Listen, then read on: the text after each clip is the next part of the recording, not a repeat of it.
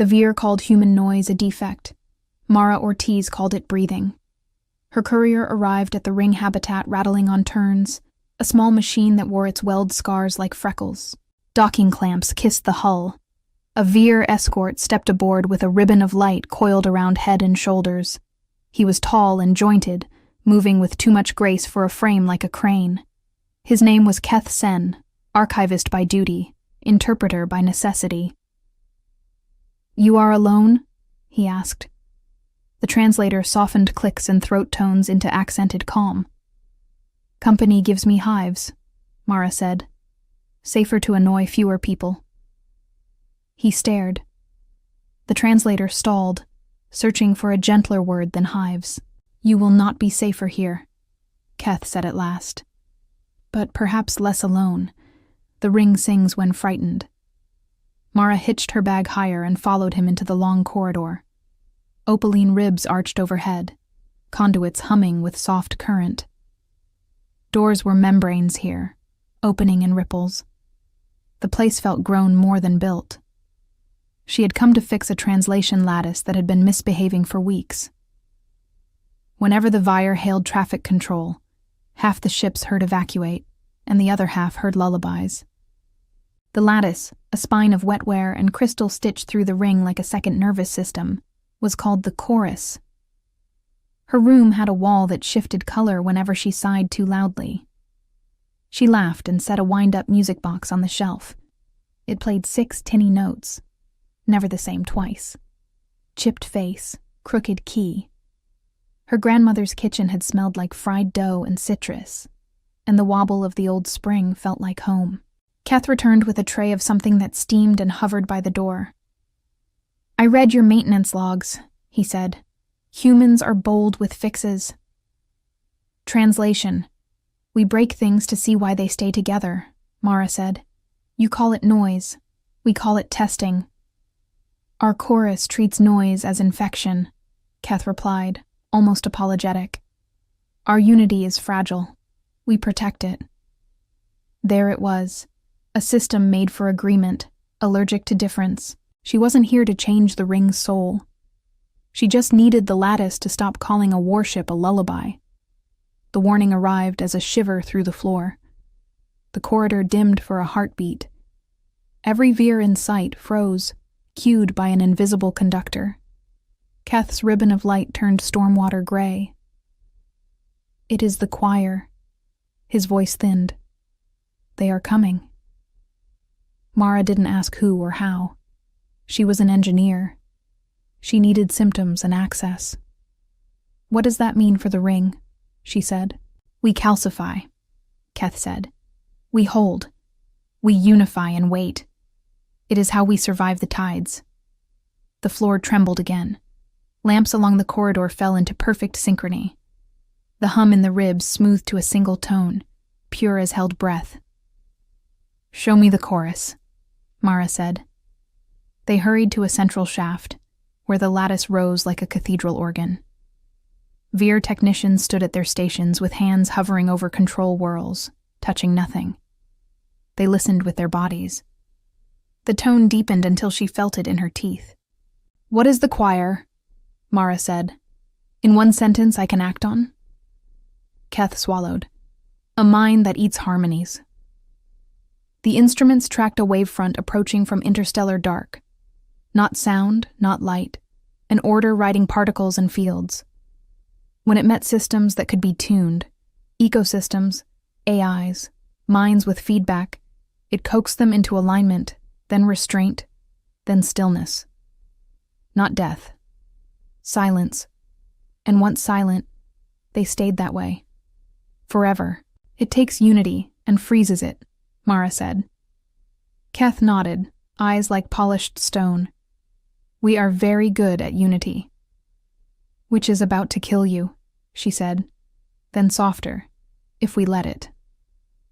The Veer were not unskilled. Their precision was art.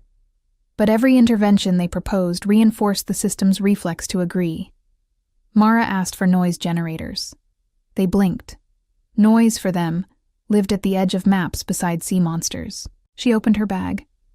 Patch cables, a coil of copper wire, Dented maintenance drones, a mic someone had stepped on twice, the music box. She turned to Keith.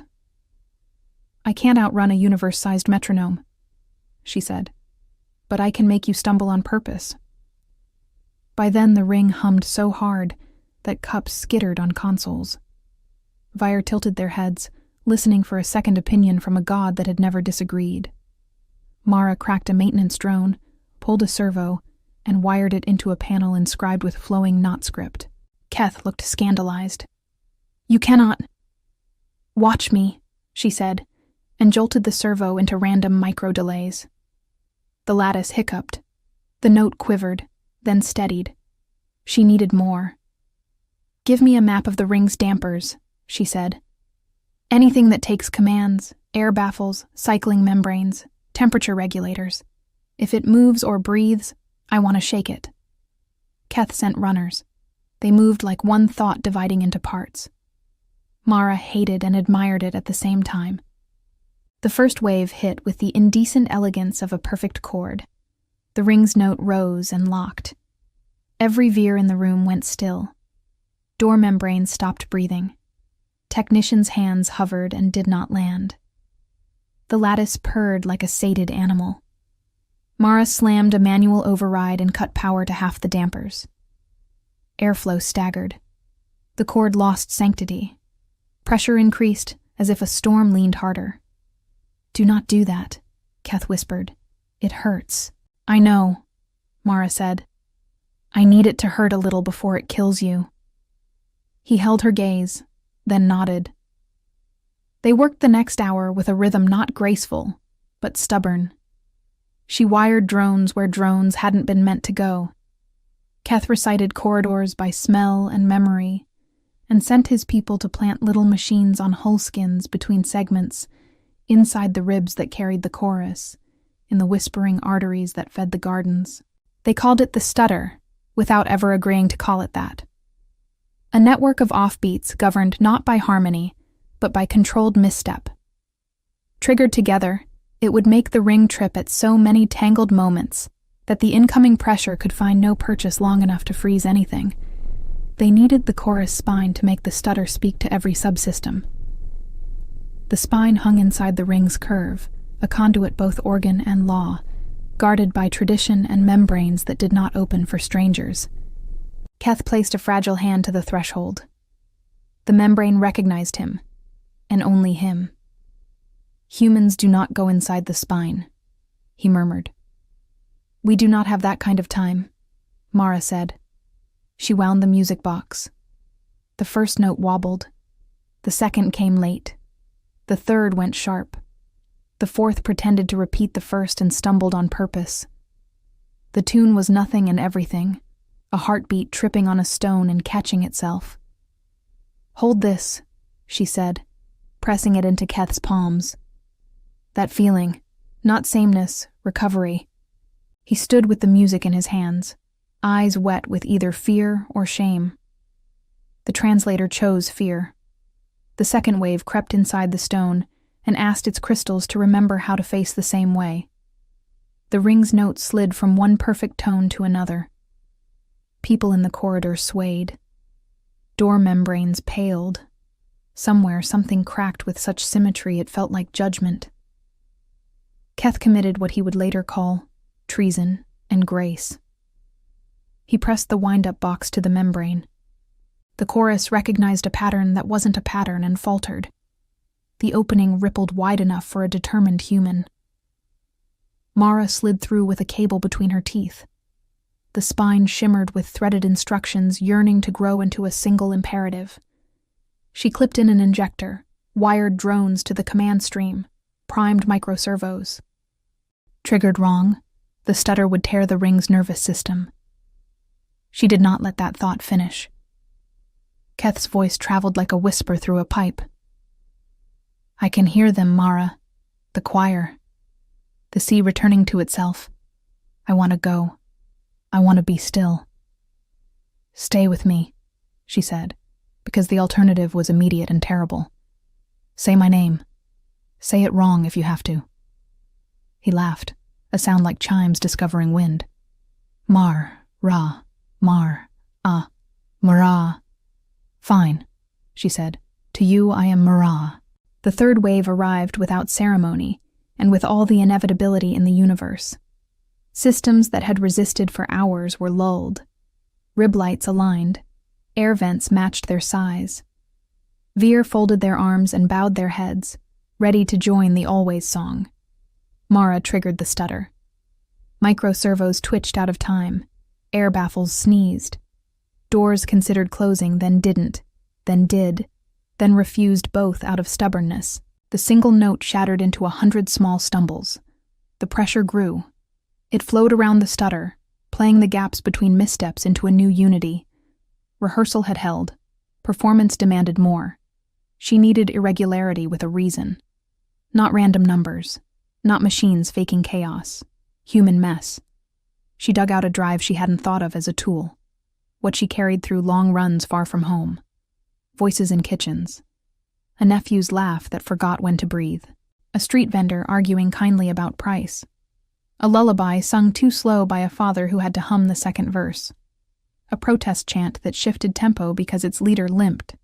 Dominoes clicking on wood and the too loud cheer that followed because the game learned joy. She patched the drive into the injector. Keth startled at the first burst of sound. Those are lives, he whispered, as if lives belonged behind membranes. You brought lives here. I always bring lives, Mara said, and fed them to the spine. The ring did not roar. It staggered, like a dancer trained only in ballet asked to improvise on gravel. The choir pressed, expecting a line of least resistance. It met a market day. A kitchen with 3 cooks insisting on their own way to salt. A song changing because a child tugged a sleeve and the singer smiled and lost her place and did not care. The stutter learned the rhythm of recovery. That was what her grandmother's music box had always taught without permission. You stumble, you catch, you continue. Machines could simulate noise. Only lives made reasons for it. The lattice bucked. The chorus shivered down its spine. The membrane opened of its own accord. Keth's ribbon flared like dawn that had tripped and spilled. He set a hand to the threads and did not freeze. He swayed with market day, breathed with the father who hummed, and made a sound not in his language that fit perfectly inside it. The pressure ebbed. For 1 breath, then 2, nothing moved except people remembering how to blink out of sync. The choir returned, matching mismatches, turning each recovery into a pattern to swallow.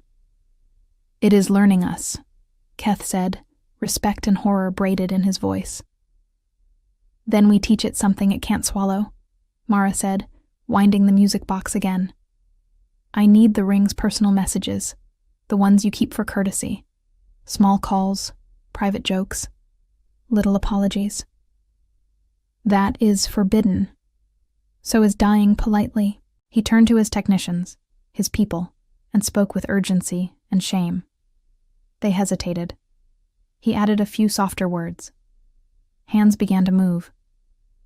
Later Mara would learn he'd said, "Our unity was supposed to make us strong." He didn't add, "It made us predictable." Private lines opened like windows thrown up in heat.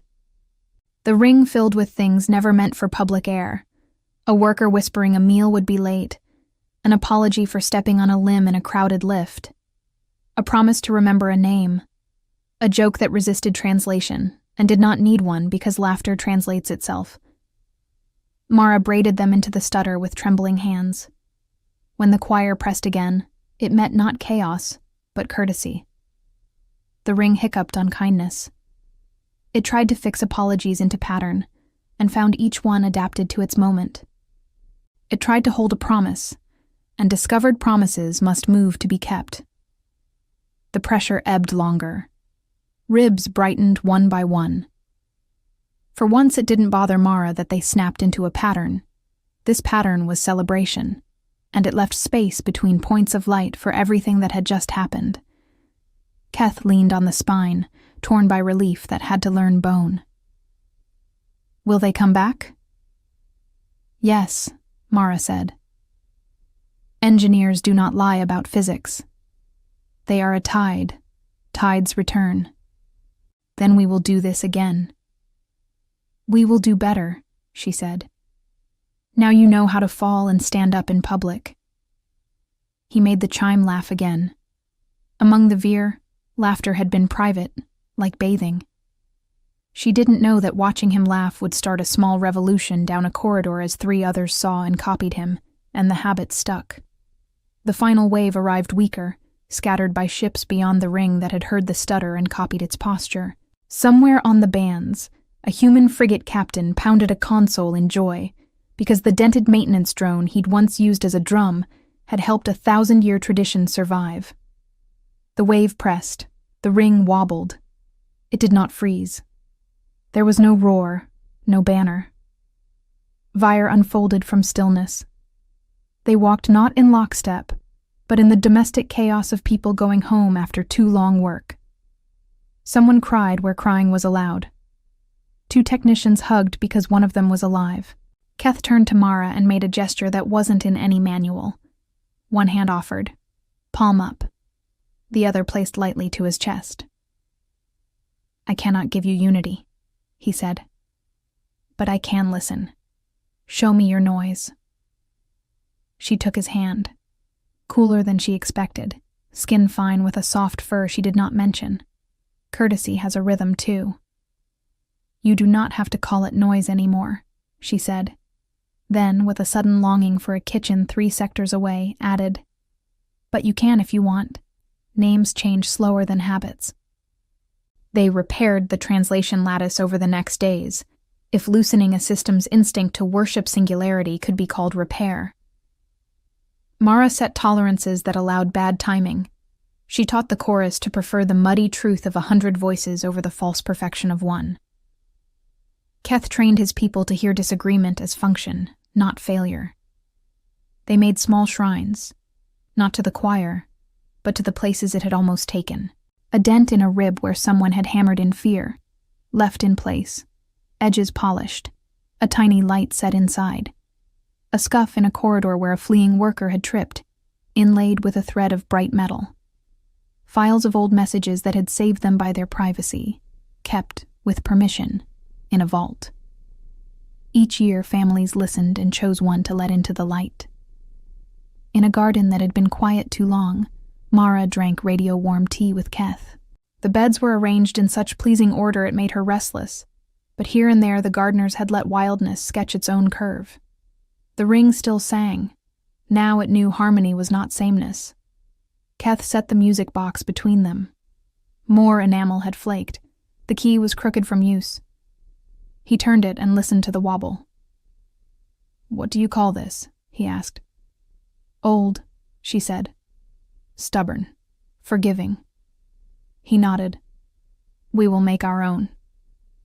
I will help, she said, meaning more than instruments. He considered what it meant to invite change into a species that had tried to be one body with many limbs. We have a word, he said, for the feeling when the known shape of life makes room for another and does not break. The closest translation is widening.